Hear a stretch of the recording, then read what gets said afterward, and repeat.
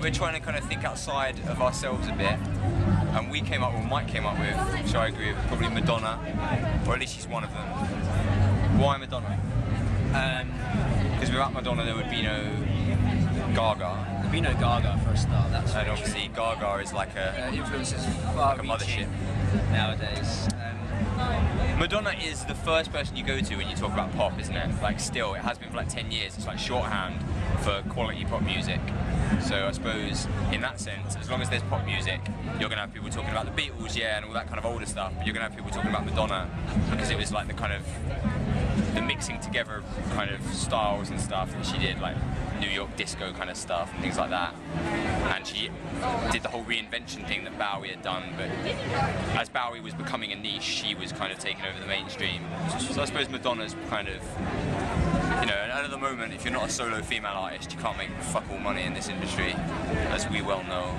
So Madonna's probably a good bet for the most influential in the last 25 years. So she's one of those who takes the subcultures and brings them to like the mainstream. That's how she uses for every album as a way to chameleonic, you know. She's and we like Madonna. Madonna gets played in the van quite a bit, doesn't he? Liam's always putting on Madonna.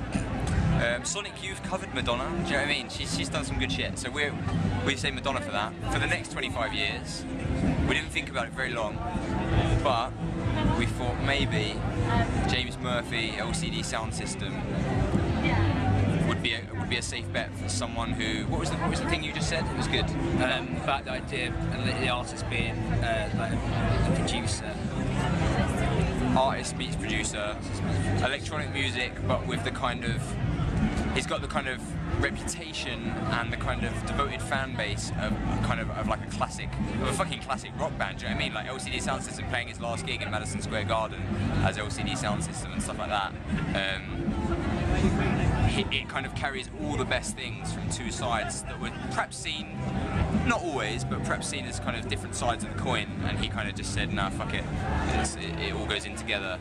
And the more I listen to his stuff looking back, I used to see it as dance music, but the more I've listened to it since, you know, the last few years, the more you see the kind of the heart in it and the lyrics and the kind of, there's like such a kind of emotional strength about a lot of the best tracks.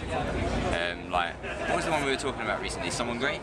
Yeah. Like, amazing. So it would be nice if he was one of the most influential artists in the next 20 years or 25 years, because if people learnt a bit from him, they wouldn't be doing too bad. It's not like music being forward-thinking, because it's not really that forward-thinking, but it's just the ideals or something, the ideas.